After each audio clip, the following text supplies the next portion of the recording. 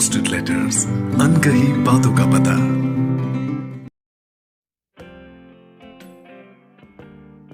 Unposted letters में आप सुन रहे हैं चिट्ठी मेरे प्यारे मधुपुर।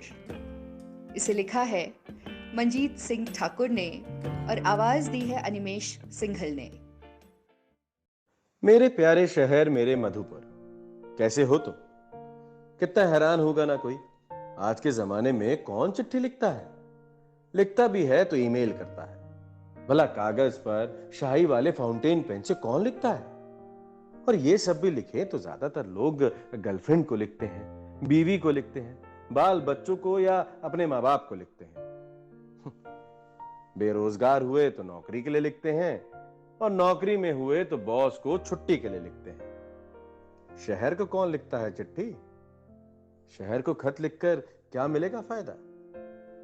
शहर के दुकानदारों कारोबार उल्फत में सूद क्या है, जिया क्या है, तुम ना जान पाओगे। फायदा ही सोचते सोचते कहां से कहां आ गए। इस फायदे लफ्ज ने मेरी पूरी जिंदगी बदल के रख दी है। उस फायदे नुकसान वाली फहरिस्त में तुम्हारा नाम सबसे ऊपर आता है। इसीलिए शायद आज तक तुम्हारी यादें मुझे परेशान करती रही हैं। उन यादों में तुम हो मेरे प्यारे मधुपुर। तुम्हारी गलियां हैं, और वो एक खास गली है, वो जिसमें वो रहा करती थी, जिसके केसुओं में अपना मुंह छिपाकर मैं हर गम भुला देने के सपने देखा करता था। पर एक वक्त आया था जब उसी ने कहा था, हमारे रिश्ते का क्या फायदा, हमारा कोई फ्यूचर नहीं है। और तब अपने लिए एक फ्यूचर खोजने की जतन करनी पड़ी थी मुझे। इसके लिए तालीम चाहिए थी। अच्छी तालीम के लिए मैंने तुमको छोड़ दिया था, यह सोचकर कि पढ़ाई पूरी हो जाएगी तो वापस लौट आऊंगा। तुम्हारी उन्हीं गलियों में पढ़ लिए तो रोटी की जरूरत महसूस हुई, रोटी मिली तो छत की चाह बढ़ी, यह हो गया तो हर महीने तनख्वाह से कटने वाले ईएमआई, मोबाइल, इंटरनेट, बिजली, पानी के बिल, शेयर मार्केट में उछलते गिरते शेयरों के साथ साथ मेरा बढ़ता हुआ ब्लड प्रेशर। बैंक में बैलेंस जमा करने के चक्कर में अपना खुद का संतुलन कब बिगड़ गया ये पता ही नहीं चला। तुम जैसे छोटे उनंदे कस्बे की जोड़ी से निकला तो रातों में भी जगने वाला एलईडी और नियॉन लाइटों के जगमगाते शहर में छत मिली। पर इन जगमगाते हर वक्त रोशन शहरों में रोशनी जरूरत से ज्यादा है। इस बड़े शहर की बिजली की रोशनी मेरी आंखों में चुभने लगी है। यहां हर सांस में धूल धक्कड़ है, हर बार अंदर आती हवा अपने साथ धुआं लेकर आती है। तुम्हें याद करता हूं तो जहन में एक धुंधली सी तस्वीर उभरती है, जंगलों से घिरा गांव, वो गांव मधुपुर जो मेरे वहां निकलने तक भी काफी हरा था। जब तक तेरे आंचल में रहा लगा आसपास के घने जंगल ही हमारा बसेरा है।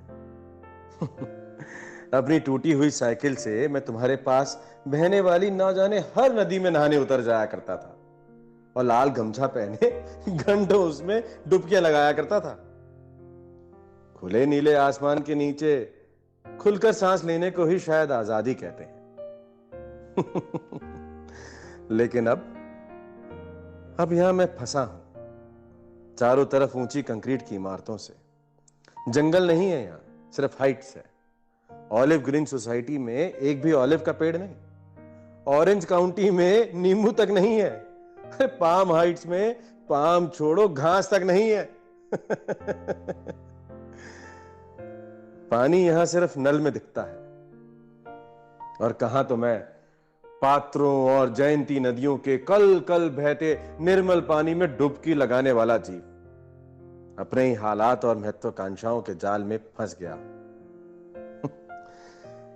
क्या ही दिन बिताए हैं मैंने तुम्हारे साथ। गर्मियों में आम के पेड़ के नीचे मच्छरदानी लगाकर सोना, और सुबह पांव फटते ही कोयल की कूक के साथ ही आम के बौरों से निकलती सुगंध।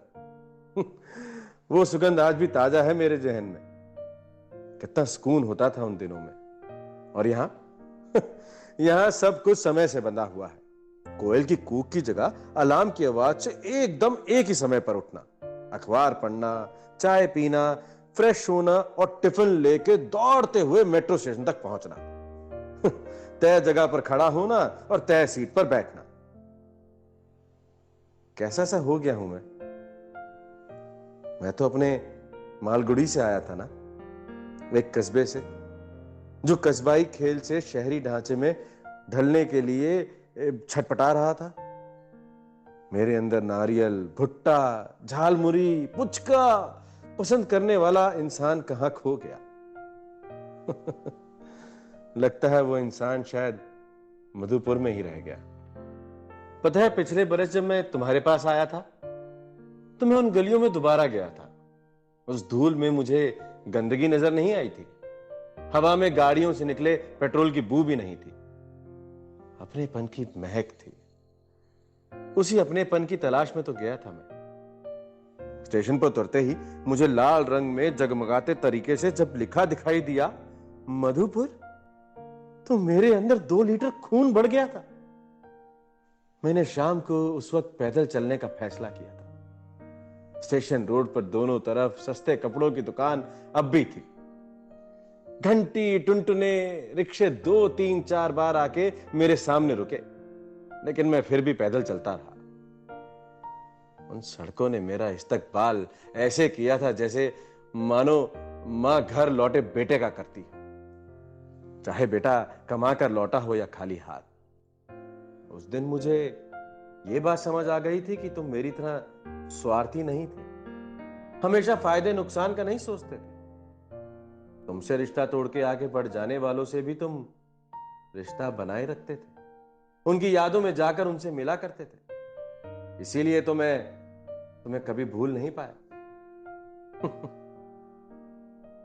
अच्छा, तुम्हें पता है उस वक्त मैंने फैसला किया था कि उस गली में जहां वो रहा करती थी वहां कतई नहीं जाऊंगा। सुना था मेरे शहर छोड़ने के बाद खुद उसने शादी कर ली। अपनी मर्जी से की थी या फिर अपने डैडी के दबाव में आकर, इससे क्या फर्क पड़ता है। जब वो किसी और रास्ते निकल गई थी, रास्ता भी कौन सा चुना, वही जो मेरे बहुत करीबी दोस्त से होकर गुजरता था। पर दिमाग पर इंसान का जोर तो शायद चल ही जाए, पर दिल पे नहीं चलता। बाजार से घर की तरफ जाते वक्त मेरे कदम खुद ब खुद उस गली की ओर मुड़ गए जहां वो दोस्त रहता था। वो मकान मेरे लिए अनजाना नहीं था। मन किया था कि एक बार अंदर जाके मिल आऊं, लेकिन मेरे दिमाग ने धाए से मेरी तरफ एक सवाल ताक दिया। क्यों बे, क्यों जा रहे हो अंदर?